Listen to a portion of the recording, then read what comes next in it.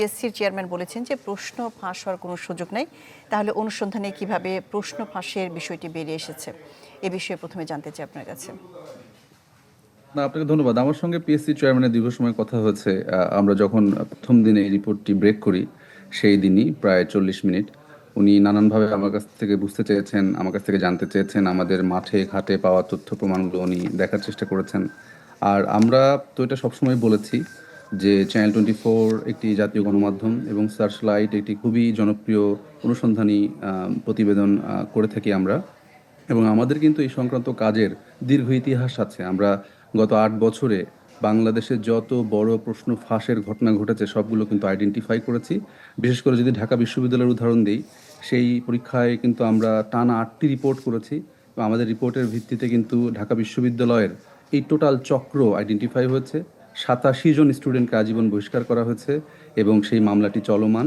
এবং পরীক্ষা পদ্ধতিতেই একটা বড় পরিবর্তন এসেছে, যে বিশেষ করে আগে এমসিকিউ নির্ভর ছিল, এখন সেটি রিটেন এবং এমসিকিউ মিক্সড করা হয়েছে। এরপরে আমরা কিন্তু ধাপে ধাপে মেডিকেলের প্রশ্ন ফাঁসের চক্রকে আইডেন্টিফাই করেছি এবং আমরা পরে বাংলাদেশ ব্যাংকের পরীক্ষায় প্রশ্ন ফাঁস হচ্ছে এটা প্রমাণ করেছি এবং পরীক্ষা বাতিল হয়েছে, পুনরায় পরীক্ষা নেওয়া হয়েছে এবং একজন বুয়েট শিক্ষক কিন্তু জেলে গেছেন। তো এই দীর্ঘ ইতিহাসে আমাদের কিন্তু প্রশ্ন ফাঁস সংক্রান্ত রিপোর্টিংয়ের একটা বিশাল ক্রেডিবিলিটি আছে। আমরা জানি কিভাবে এই চক্রটিকে আইডেন্টিফাই করতে হয় এবং আমরা কিন্তু আমাদের সর্বোচ্চ দিয়ে সেই কাজটাই করেছি। এবং আমাদের ক্যারিয়ারে, বিশেষ করে আমার ক্যারিয়ারে, প্রশ্ন ফাঁস ক্যারিয়ারে, এইটা আমার একটা অনেক বড় ইচ্ছা ছিল যে আমি এই চক্রটাকে ধরবো।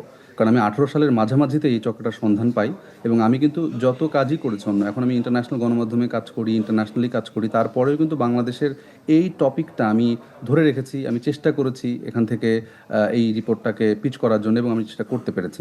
তো এই পুরো প্রক্রিয়াটি আমরা খুব সিস্টেমেটিক ওয়েতে তথ্য প্রমাণের ভিত্তিতে করেছি। আর ওনারা যেটা অস্বীকার করছেন সেটা আমার মনে হয় শুক্রবার পর্যন্ত যদি একটু অপেক্ষা করা যায়, তাহলে আমরা আরও অনেক বিস্তারিত তথ্য নিয়ে হাজির হব। এবং প্রশ্ন ফাঁসের সুযোগ নেই এটি কিন্তু সব প্রতিষ্ঠানই বলে, তারপরেও কিন্তু প্রশ্ন ফাঁস হয়।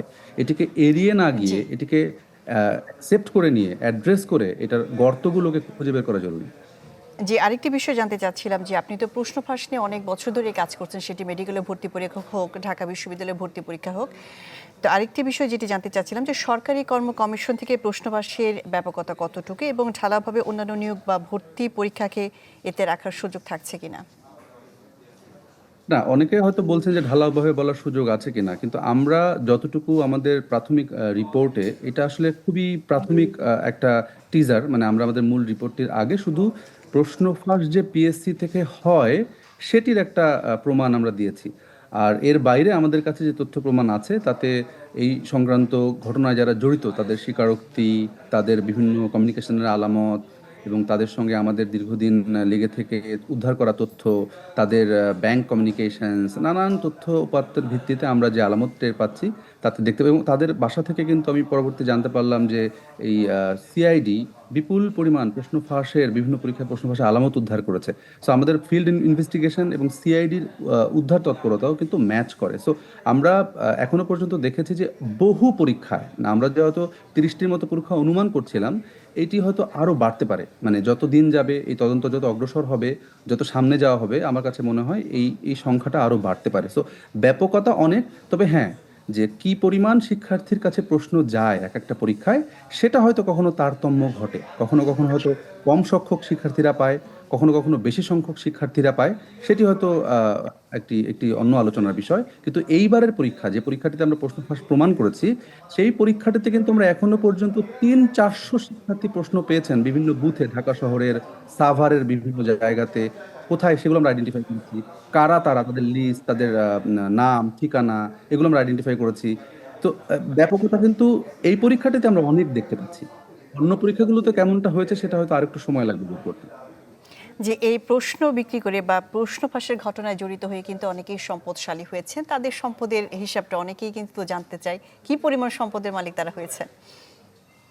হ্যাঁ, মানে একটি ঘটনায় তদন্তের অনেকগুলো দিকের একটি হচ্ছে যে যখন একজন ব্যক্তির স্পেসিফিক কোনো একটি অপরাধের সঙ্গে সম্পৃক্ততার প্রমাণ পাওয়া যায়, তখন সেইখান থেকে অপরাধলব্ধ আয় সেই আয়ে আসলে তিনি দৃশ্যমান কি কি করেছেন বা কোথায় কোথায় অর্থ ব্যয় করেছেন সেটিও একটা গুরুত্বপূর্ণ আলামত ইনভেস্টিগেশনের ক্ষেত্রে।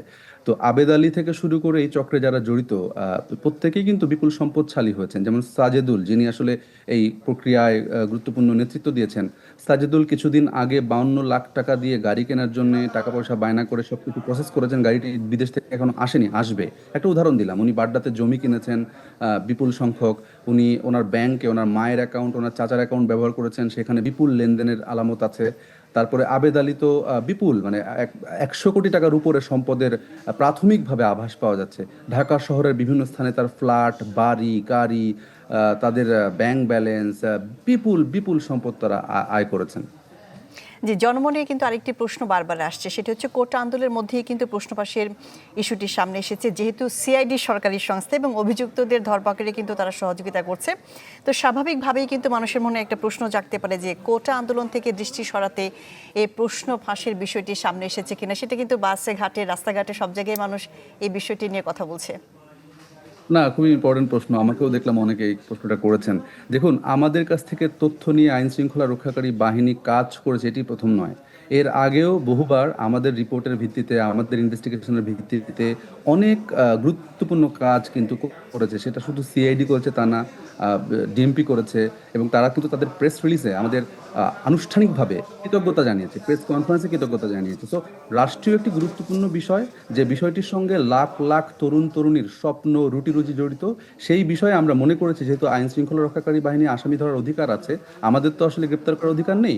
আমরা মনে করেছি যে আমরা রিপোর্ট করার পাশাপাশি আমাদের কাছে যে তথ্যপত্রগুলো আছে সেগুলো আমরা তাদের সঙ্গে শেয়ার করতে পারি। আর তাদের একটা টিমও, এই সাইবার মনিটরিং টিমও দীর্ঘদিন ধরে এদেরকে নিয়ে কাজ করছিলেন। সো তারাও আমাদের টার্গেট মিলে গেছে। আমরা আমরা আমাদের এই উপাত্তগুলো, যেগুলোকে আসলে আইনের আওতায় আনলে একটি বড় চক্রকে থামানো সম্ভব, রাষ্ট্রের অনেক বড় উপকার করা সম্ভব, সেই জন্য আমরা আসলে ইম্প্যাক্ট জার্নালিজম করার চেষ্টা করেছি, যে আমাদের তথ্য তাদের সঙ্গে আমরা কিছুটা শেয়ার করেছি যে গণমাধ্যমে প্রচারের পরে এর বাইরেও।